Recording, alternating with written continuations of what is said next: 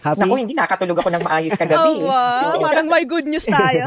Oo nga. Ito, Attorney Conti, at dahil alam niyo matagal na yung usapan na walang jurisdiction ng ICC doon sa dito sa kasong ito dahil nag-withdraw na ang Pilipinas sa ICC. Ano po ang kahulugan po nitong pagpapatibay ng jurisdiction po ng ICC dito sa kaso ni dating Pangulong Rodrigo Duterte? Ibig sabihin, tuloy ang kaso. Walang dahilan para maliban na lang sa isa. Posible yung pending issue kung fit ba siya to stand trial or not. Pero wala nang ibang rason para hindi ipagpatuloy yung una, kaso ni Duterte. Pangalawa, investigation pa.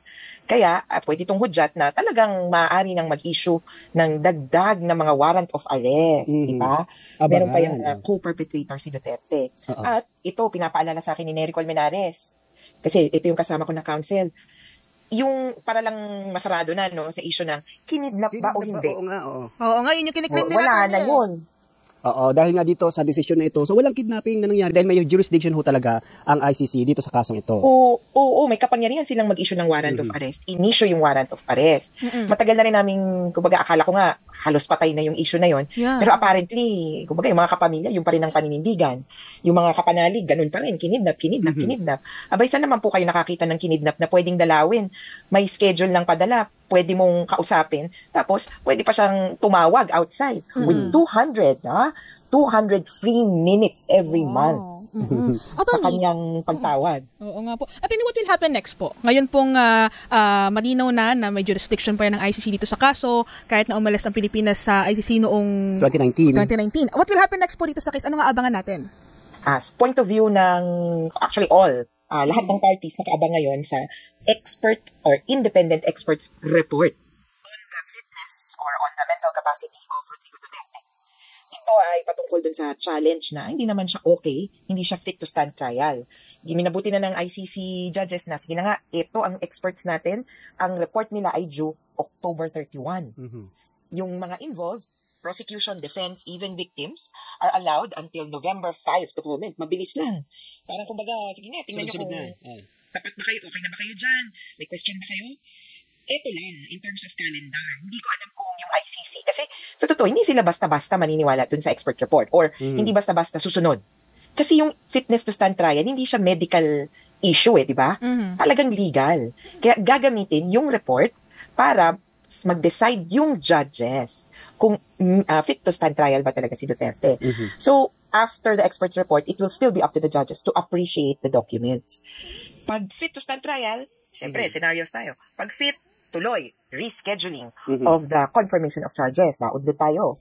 Kung not fit, ayun. Medyo a little bit complicated. Yung possibility kung may problema siya, kung meron siyang iniinda, baka kailangan siyang i-institutionalize.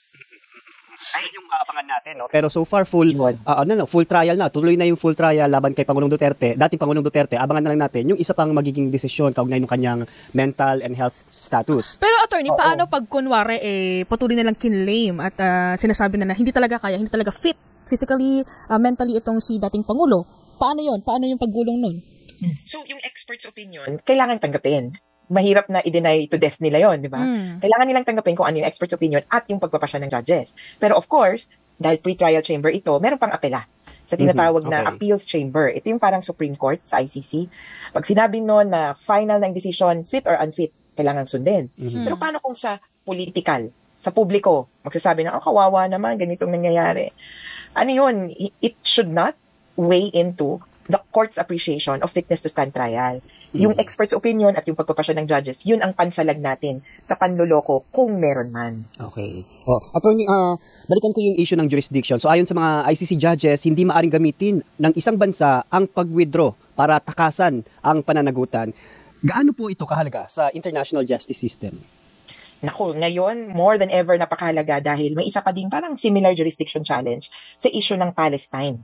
So yung Palestinian situation kung saan may na-issue na rin na mga warrants na hindi pa na-enforce, ang sabi ng Israel, wala naman kayong jurisdiction. Plakda din yun. Ayaw din ng ICC yung ganung argument. Kumbaga hindi na ipanalo. Nakaabang din, may 4 na bansa na gustong humiwalay o magdiborsyo na dito sa ICC, katulad ng ginawa natin.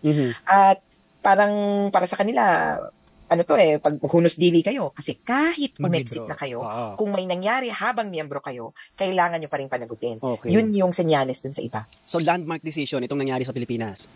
Oo, in a sense, the first. Kasi may dalawa pa lang ang umi-exit, ang nagwi-withdraw sa Pilipinas.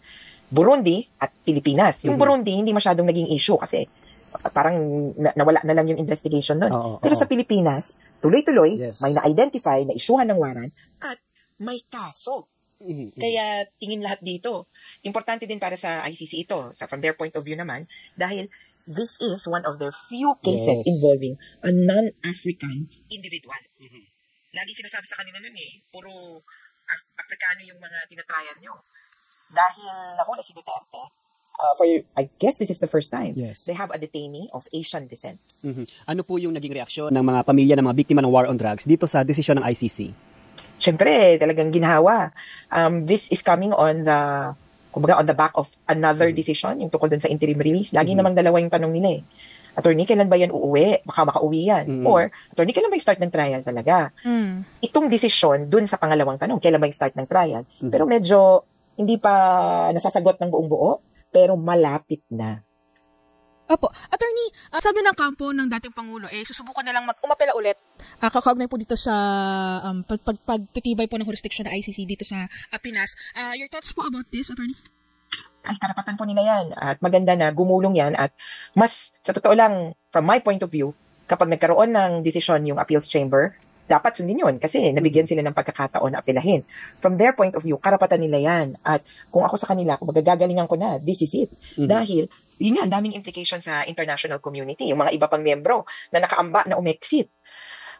Kumbaga, in a sense, pasan mo ang daigdig. At from another point of view, yung mga ibang co-perpetrators. Oo, yun na. Siyempre kasi, kung yung decision na ito ay mababaliktad at sasabihin, walang kapangyarihan ng ICC, hindi magtutuloy ang kaso ni Duterte at hindi rin magtutuloy ang investigasyon. Sa investigasyon kasi, dun pa naghahanap, kumbaga, ng iba pang co-perpetrator o iba pang may kasalanan o pinakamay kasalanan. Kaya kung papanalo ito sa appeals ng defense, ligtas sabihin na natin, Bato de la Rosa. Uy.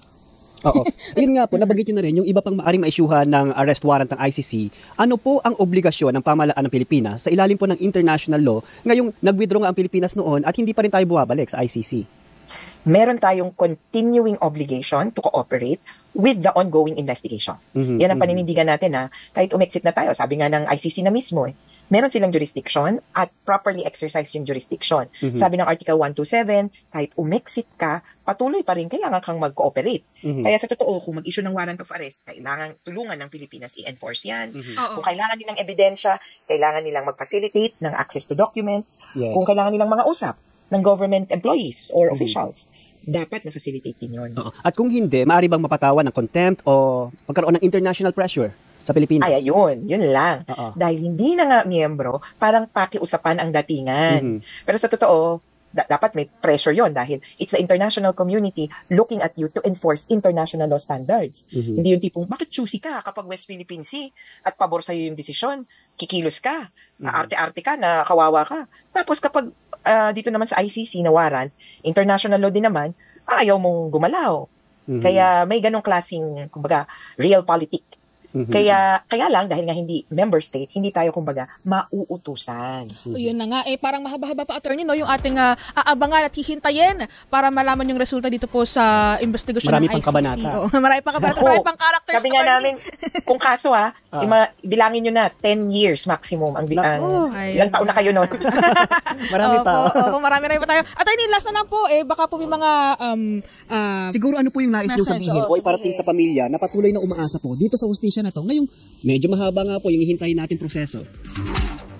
Sa mga biktima po, actually, meron kaming ongoing pa na process of qualification. Sa bahagi namin, pinag-apply kami, ang deadline, August. Hindi pa namin naririnig kung sino ba talaga ang accepted at sino ba ang hindi accepted at kung sino pa ang question or pending na mag-participate sa kaso. Take note po, mag-participate, hindi yung maging witness. Iba pa yon. Itong mag-participate, pwede kang pakinggan ng ICC.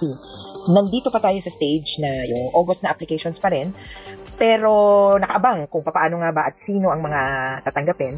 Kung magbubukas ulit ng trial, kung magbubukas ulit ng bagong sumiyugto, kumaga trial, meron ulit application period. Kaya po yung medyo nagdududa pa dyan, kinakabahan pa. Wag po kayong mag-alala, tuloy-tuloy po tayo. Kasi hanggang matapos ang kasong ito, may pagkakataon na mag-apply pa at makilala bilang biktima. Ayun. With that, maraming